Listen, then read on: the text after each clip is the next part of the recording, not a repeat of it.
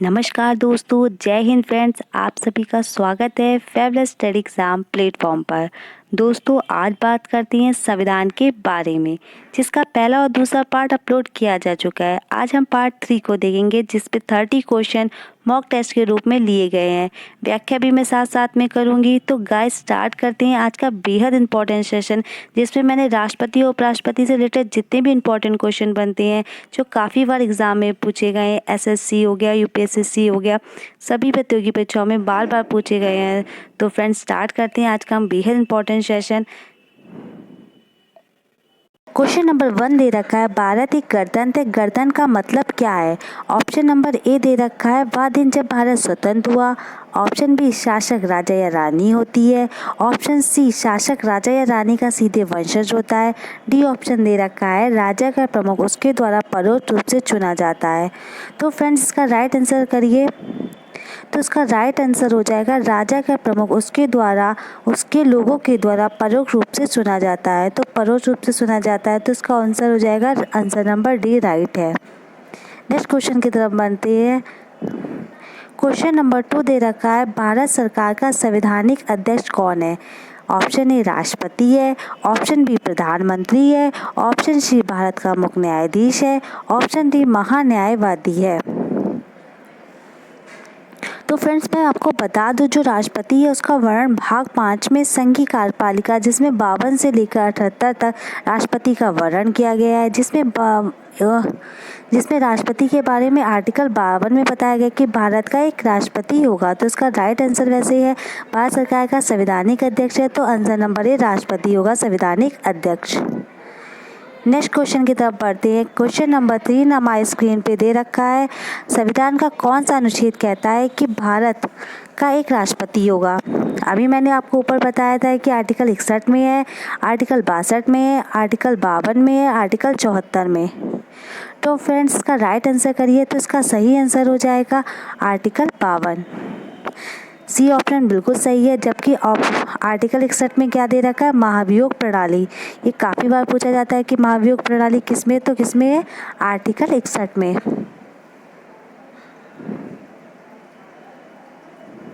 Next question दे रखा है, राष्ट्रपति का निर्वाचन किस प्रकार से होता है? ऑप्शन नंबर ए दे रखा है, मनोनयन द्वारा। ऑप्शन बी प्रत्यक्ष रूप से। ऑप्शन सी दे रखा है अप्रत्यक्ष रूप से। ऑप्शन डी कोई स्पष्ट प्रावधान नहीं है। तो फ्रेंड्स, इसका आंसर कीजिए। तो जो मैं आपको बता दूं, जो निर्वाचन रीति है राष्ट्रपति की, वो किस में बताई गई है? आर्टिकल 55 में, जिसमें बताया गया जो राष्ट्रपति का निर्वाचन होगा वो एकल संक्रमणीय मत प्रणाली या अप्रत्यक्ष निर्वाचन प्रणाली के आधार पे होगा। तो इसमें कौन सा आंसर सही होगा? तो इसका सी ऑप्शन बिल्कुल सही है, अप्रत्यक्ष रूप से होगा, मतलब अप्रत्यक्ष निर्वाचन प्रणाली के आधार पे होगा। नेक्स्ट क्वेश्चन की तरफ बढ़ते हैं। क्वेश्चन नंबर 7 दे रखा है हमारी स्क्रीन पे, संसद राष्ट्रपति के चुनाव में कौन भाग लेता है? ऑप्शन ए संसद के दोनों सदनों के निर्वाचित सदस्य, राज्य विधानसभा के निर्वाचित और मनोनीत सदस्य, सी सभी केंद्र शासित प्रदेशों के सदस्य, डी ऑप्शन उपयुक्त सभी। तो फ्रेंड्स, इसका आंसर होगा, तो इसका राइट आंसर हो जाएगा संसद के दोनों सदनों के निर्वाचित सदस्य। जबकि बी ऑप्शन में दे रखा था राज्य विधानसभा के निर्वाचित और मनोनीत सदस्य। राज्य विधानसभा के निर्वाचित सदस्य लेते हैं, मनोनीत सदस्य नहीं लेते, तो ये ऑप्शन गलत हो जाएगा। फिर तीसरा दे रखा है सभी केंद्र शासित प्रदेशों के सदस्य, जो कि गलत है, जिसमें दिल्ली और पांडिचेरी विधानसभाओं के निर्वाचित सदस्य लेते हैं। तो सी इसका राइट आंसर क्या हो जाएगा? ऑप्शन नंबर ए, राज्य की संसद के दोनों सदनों के निर्वाचित सदस्य। नेक्स्ट क्वेश्चन की तरफ बढ़ते हैं। क्वेश्चन नंबर 8 दे रखा है, निम्नलिखित में से कौन सा राष्ट्रपति के निर्वाचन का भाग है परंतु उसके महाभियोग प्राधिकरण का भाग नहीं है? ये दे रखा है Lok Sabha. Option B Rajya Sabha. Option C राज्यों की विधानसभाएं। ऑप्शन डी राज्यों की विधान परिषदें। तो इस पे पूछा गया राष्ट्रपति के निर्वाचन का तो भाग होता है परंतु उसके महाभियोग अधिकरण का भाग नहीं होता है। ये काफ़ी इंपॉर्टेंट IAS प्री में पूछा गया है। तो फ्रेंड्स, इसका सही आंसर होगा राज्यों की विधानसभाएं, जो राष्ट्रपति के निर्वाचन का भाग होती है लेकिन महाभियोग अधिकरण का भाग नहीं होती है। नेक्स्ट क्वेश्चन की तरफ बढ़ते हैं। क्वेश्चन नंबर 9 दे रखा है, भारत के राष्ट्रपति का चुनाव कितने वर्षों तक होता है। तो फ्रेंड्स ये तो आपको पता ही होगा कि भारत में के राष्ट्रपति का चुनाव कितने वर्षों तक होता है, तो 5 वर्षों तक होता है। ऑप्शन सी बिल्कुल सही है। नेक्स्ट क्वेश्चन की तरफ बढ़ते हैं। क्वेश्चन नंबर 10 दे रखा है, भारत के राष्ट्रपति बनने के लिए उम्मीदवार की न्यूनतम आयु कितनी होनी चाहिए। ऑप्शन ए 25 वर्ष, ऑप्शन बी 30 वर्ष, ऑप्शन सी 35 वर्ष, ऑप्शन डी 40 वर्ष। तो फ्रेंड्स इसका राइट आंसर करिए। जो राष्ट्रपति की योग्यताएं हैं वो किस आर्टिकल में है, तो याद रखिए आर्टिकल 58 में राष्ट्रपति की योग्यताओं के बारे में बताया गया है। तो उसमें उम्मीदवार की न्यूनतम आयु कितनी होनी चाहिए, न्यूनतम जो राष्ट्रपति बनने की है वो कितनी होनी चाहिए, 35 वर्ष होनी चाहिए। और 25 वर्ष किसके लिए होनी चाहिए, लोकसभा अध्यक्ष के, और 30 वर्ष राज्यसभा के लिए। नेक्स्ट क्वेश्चन है, क्वेश्चन नंबर 11 दे रखा है हमारी स्क्रीन पे, राष्ट्रपति बनने के लिए कौन सी योग्यता होनी चाहिए। तो कौन सी होनी चाहिए, 35 वर्ष की आयु, ऑप्शन नंबर ए राज्यसभा का सदस्य चुने जाने योग्य हो, ऑप्शन सी भारतीय नागरिक हो, ऑप्शन डी केवल ए और सी। तो इसका राइट आंसर हो जाएगा, देखो 35 वर्ष की आयु ये भी सही है, राज्यसभा का सदस्य चुने जाने योग्य हो ऐसा कुछ नहीं है, ये गलत है। भारतीय नागरिक हो ये भी सही है। तो इसका राइट आंसर हो जाएगा केवल ए और सी, तो डी ऑप्शन बिल्कुल सही है। नेक्स्ट क्वेश्चन देखते हैं। क्वेश्चन नंबर 12 हमारी स्क्रीन पे, एक व्यक्ति राष्ट्रपति पद के लिए अधिकतम कितनी बार निर्वाचित हो सकता है। तो ऑप्शन ए दे रखा है सिर्फ एक बार, ऑप्शन बी 2 बार, ऑप्शन सी 3 बार, ऑप्शन डी कोई स्पष्ट प्रावधान नहीं है। तो फ्रेंड्स इसका राइट आंसर बताइए।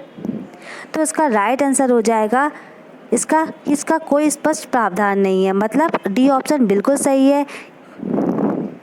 नेक्स्ट क्वेश्चन की तरफ बढ़ते हैं। क्वेश्चन नंबर 13 हमारी स्क्रीन पे दे रखा है, भारत के राष्ट्रपति को पद एवं गोपनीयता की शपथ कौन दिलाता है। भारत के मुख्य न्यायाधीश द्वारा, भारत के प्रधानमंत्री द्वारा, सी ऑप्शन लोकसभा के द्वारा, डी ऑप्शन संसद द्वारा। तो फ्रेंड्स इसका आंसर कीजिए। तो फ्रेंड्स मैं आपको बता दूं, आर्टिकल जो 60 है उसमें बताया गया है कि जो राष्ट्रपति की जो शपथ ग्रहण करवाता है वो कौन करवाता है, सर्वोच्च न्यायालय का मुख्य न्यायाधीश। तो फ्रेंड्स इसका राइट आंसर हो जाएगा ऑप्शन नंबर ए भारत का मुख्य न्यायाधीश, किसमें, आर्टिकल 60 में बताया गया है। नेक्स्ट क्वेश्चन है, क्वेश्चन नंबर 14 बताया गया है, राष्ट्रपति का पद किस तरीके से खाली हो सकता है। ऑप्शन ए कार्यकाल समाप्त होने पर, ऑप्शन बी त्यागपत्र देने पे, ऑप्शन सी सिर्फ महाभियोग के शुरू होने पे, ऑप्शन डी केवल ए और बी दोनों। तो फ्रेंड्स का राइट आंसर बताइए। तो इसका सही आंसर हो जाएगा फ्रेंड्स, कार्यकाल समाप्त होने पर राष्ट्रपति का पद खाली हो सकता है, बिल्कुल सही है। त्यागपत्र देने से भी खाली हो सकता है, ये भी सही है। सी ऑप्शन बता रहा है सिर्फ महाभियोग के शुरू होने से, तो महाभियोग शुरू होने पर नहीं होता, महाभियोग की प्रक्रिया पूरी होने पर राष्ट्रपति का पद खाली करवाया जा सकता है। तो इसका ये गलत हो जाएगा। तो कौन सा ऑप्शन सही हुआ, डी ऑप्शन, केवल ए और बी दोनों। तो इसका ऑप्शन डी बिल्कुल सही है। फ्रेंड्स काफ़ी इंपॉर्टेंट क्वेश्चन है, इसको नोट डाउन कर दीजिए, ये किसी ना किसी एग्जाम में पूछे गए हैं। नेक्स्ट क्वेश्चन बढ़ते हैं। क्वेश्चन नंबर 15 दे रखा है हमारी स्क्रीन पे, भारत के राष्ट्रपति को उसके पद से हटाया जा सकता है, किसके द्वारा उसके पद से हटाया जा सकता है। भारत के मुख्य न्यायाधीश के द्वारा, प्रधानमंत्री के द्वारा, लोकसभा के द्वारा या संसद के द्वारा।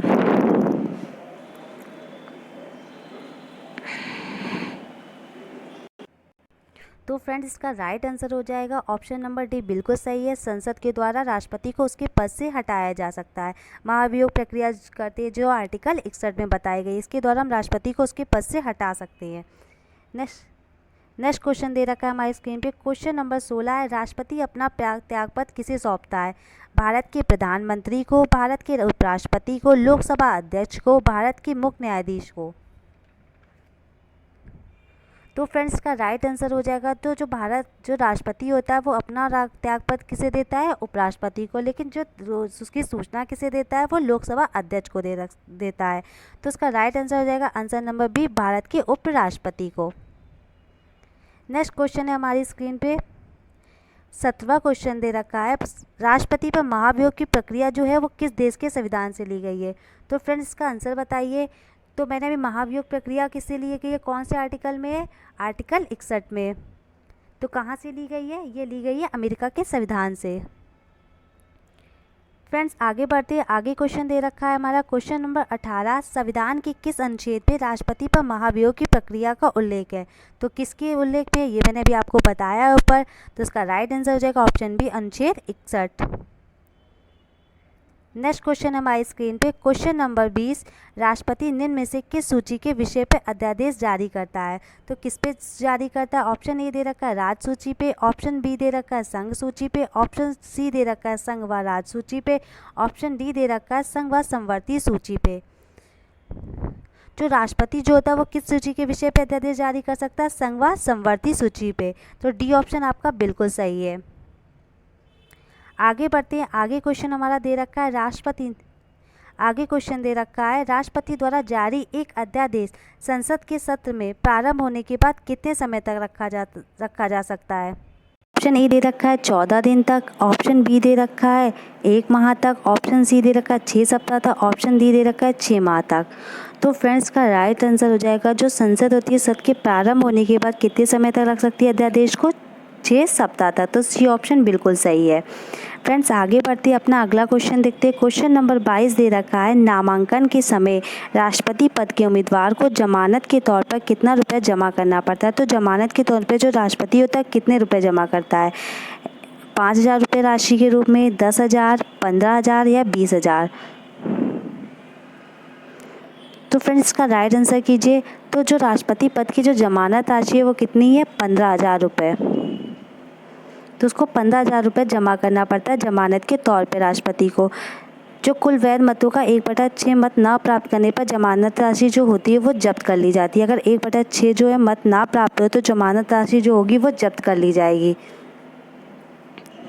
नेक्स्ट क्वेश्चन बढ़ते हैं। क्वेश्चन नंबर 23 दे रखा है, भारत के राष्ट्रपति व उपराष्ट्रपति की अनुपस्थिति में कार्यभार कौन ग्रहण करेगा। तो कौन ग्रहण करता है, सर्वोच्च न्यायालय का मुख्य न्यायाधीश, चुनाव आयुक्त, राज्यपाल, लोकसभा अध्यक्ष। जब राष्ट्रपति और उपराष्ट्रपति दोनों ही प्रेजेंट नहीं है तो कार्यभार कौन ग्रहण करेगा। तो कार्यभार ग्रहण करेगा सर्वोच्च न्यायालय के न्यायाधीश। ऑप्शन नंबर ए बिल्कुल सही है। क्वेश्चन नंबर 25 दे रखा है, राष्ट्रपति लोकसभा को भंग कर सकता है लोकसभा के अध्यक्ष की सलाह पर, उपराष्ट्रपति की सलाह पर, प्रधानमंत्री की सलाह पर, सर्वोच्च न्यायालय के मुख्य न्यायाधीश की सलाह पर। तो जो राष्ट्रपति होता है वो लोकसभा को भंग कर सकता है किसकी सलाह पे, तो ये कर सकता है प्रधानमंत्री की सलाह पर। ऑप्शन सी बिल्कुल सही है। क्वेश्चन नंबर 26 दे रखा है, यदि भारतीय उपराष्ट्रपति अपना पद त्याग करने का निर्णय लेते हैं तो वे अपना त्यागपत्र किसे संबोधित करके लिखेंगे। ये आरआरबी में क्वेश्चन पूछा गया है। तो ऑप्शन नंबर ए दे रखा है प्रधानमंत्री को, ऑप्शन बी मुख्य न्यायाधीश को, ऑप्शन सी लोकसभा अध्यक्ष को, ऑप्शन डी राष्ट्रपति को। तो फ्रेंड्स इसका राइट आंसर कीजिए। तो जो उपराष्ट्रपति होगा सीधी सी बात है वो अपना पद त्याग किसे देगा, वो अपना जो होगा वो राष्ट्रपति को देगा। तो डी आंसर बिल्कुल सही है। फ्रेंड्स सब क्वेश्चन को नोट करते जाइए, काफ़ी इंपॉर्टेंट है, बार बार एग्जाम में पूछे गए हैं। तो नोट्स बनाइए और नोट डाउन जरूर करते रहिए। ये सभी जो क्वेश्चन है वो किसी ना किसी एग्जाम में जरूर पूछे गए हैं। क्वेश्चन नंबर 27 दे रखा है, राष्ट्रपति राज्यपाल की नियुक्ति किसकी सलाह पे करता है। तो राज्यपाल की जो नियुक्ति होती है वो किसकी सलाह पे करता है, मुख्यमंत्री की, उच्च न्यायालय की, मुख्य न्यायाधीश की, प्रधानमंत्री की या मुख्य न्यायाधीश की। तो फ्रेंड्स का राइट आंसर क्या होगा, तो इसका राइट आंसर है उच्च न्यायालय के मुख्य न्यायाधीश की सलाह पे जो होता है राष्ट्रपति राज्यपाल की नियुक्ति करता है। तो बी आंसर आपका बिल्कुल सही है। नेक्स्ट क्वेश्चन है हमारी स्क्रीन पे, भारत के राष्ट्रपति की मर्जी तक निम्नलिखित में से कौन अपने पद पर रह सकता है। अगर राष्ट्रपति की मर्जी है तो वो कौन है जो अपने पद तक रह सकता है, सर्वोच्च न्यायालय का न्यायाधीश, चुनाव आयुक्त, राज्यपाल, लोकसभा अध्यक्ष। तो फ्रेंड्स इसका राइट आंसर हो जाएगा राज्यपाल जो है वो राष्ट्रपति की मर्जी तक अपने पद पर रह सकता है।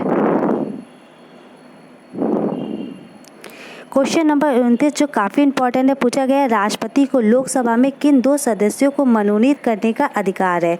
ऑप्शन ए अल्पसंख्यक, option B Anglo Indian, option C विशिष्ट क्षेत्रों के व्यक्ति, ऑप्शन डी राष्ट्रपति की इच्छा पर निर्भर है।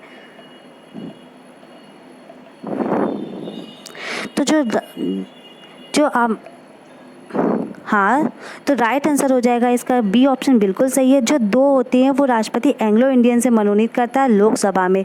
टोटल कितने करता है? 14 करता है, जो किस में बताया गया? आर्टिकल 331 में। आर्टिकल 331 में राष्ट्रपति जो कुल कितने सदस्य मनोनीत करता है? 14 करता है, जिसमें 2 जो करता है वो एंग्लो इंडियन किस में करता है? लोकसभा में। और जो 12 करता है वो किस में करता है? वो राज्यसभा में करता है। नेक्स्ट क्वेश्चन देखते हैं, क्वेश्चन नंबर 30। राष्ट्रपति राज्यसभा के लिए कितने निर्वाचित सदस्यों को मनोनीत करता है? तो कितने करता है? 2 करता है, 12 करता है, 10 करता है, 14 करता है। तो फ्रेंड्स अभी मैंने बताया कि वो 331 आर्टिकल के तहत कितने करता है? टोटल 14 करता है, जिसमें 2 जो होते हैं वो राज्यसभा के लिए होते हैं और 12 जो करता है किसके लिए करता है? 2 जो होते हैं वो लोकसभा के लिए करता है और 12 जो करता है वो राज्यसभा के लिए करता है। तो उसका राइट आंसर हो जाएगा ऑप्शन बी 12। नेक्स्ट क्वेश्चन है हमारी स्क्रीन पे, राज्य में राष्ट्रपति शासन की घोषणा कौन करता है? जो राज्य में राष्ट्रपति का शासन लगता है वो उसकी घोषणा कौन करता है? तो केंद्रीय वित्त मंत्री करते हैं, प्रधानमंत्री करते हैं या राष्ट्रपति करते हैं? डी ऑप्शन दे रखा है संसद करती है। तो इसका राइट आंसर बताइए फ्रेंड्स। तो इसका राइट आंसर हो जाएगा जो राष्ट्रपति शासन की घोषणा करता है वो कौन करता है? राष्ट्रपति करता है। नेक्स्ट क्वेश्चन है क्वेश्चन नंबर, किसी राज्य में राष्ट्रपति शासन कितने समय के लिए रह सकता है? अगर कोई राज्य में राष्ट्रपति शासन लगता है तो कितने समय तक लगा सकता है? 2 महीने के लिए, 3 महीने के लिए, 5 महीने के लिए या 6 महीने के लिए? जो राष्ट्रपति होता है वो अपना शासन जो होता है वो कितने समय तक राज्य में लगा सकता है? 6 महीने के लिए ज़्यादा से ज़्यादा।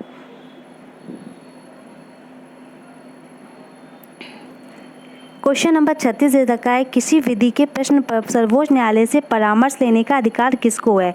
तो किसको है? राष्ट्रपति को है, प्रधानमंत्री को, किसी भी उच्च न्यायाधीश को है या उपयुक्त सभी को है? जो विधि के जो कानून के प्रश्न पर सर्वोच्च न्यायालय से परामर्श लेने का अधिकार जो है वो किसको है? राष्ट्रपति को। तो ऑप्शन ए बिल्कुल सही है। नेक्स्ट क्वेश्चन है क्वेश्चन नंबर 37, भारतीय संविधान का कौन सा अनुच्छेद राष्ट्रपति को उच्चतम न्यायालय से परामर्श करने की शक्ति प्रदान करता है? ऑप्शन ए अनुच्छेद 32, ऑप्शन बी अनुच्छेद 129, ऑप्शन सी अनुच्छेद 143, ऑप्शन डी अनुच्छेद 132।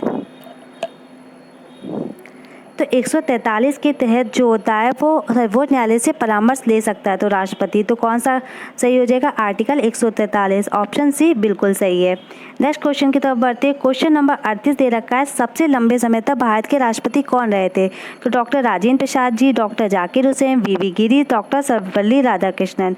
तो सबसे लंबे समय तक रहे थे राष्ट्रपति डॉक्टर राजेंद्र प्रसाद, 12 साल तक। नेक्स्ट क्वेश्चन है हमारी स्क्रीन पे, भारत के राष्ट्रपति चुने जाने वाले प्रथम गैर कांग्रेसी उम्मीदवार कौन थे? Option A Neelam Sanjiva Reddy, V Giri, doctor Zakir Hussain, गैरी जैल सिंह। तो जो प्रथम गैर कांग्रेसी उम्मीदवार कौन थे? ऑप्शन ए नीलम संजीव रेड्डी इसका राइट आंसर है। तो फ्रेंड्स आपको अगर मेरी वीडियो पसंद आई हो तो लाइक शेयर सब्सक्राइब जरूर कीजिएगा और ज़्यादा से ज़्यादा दोस्तों में शेयर कीजिएगा। थैंक यू फ्रेंड्स, जय हिंद दोस्तों।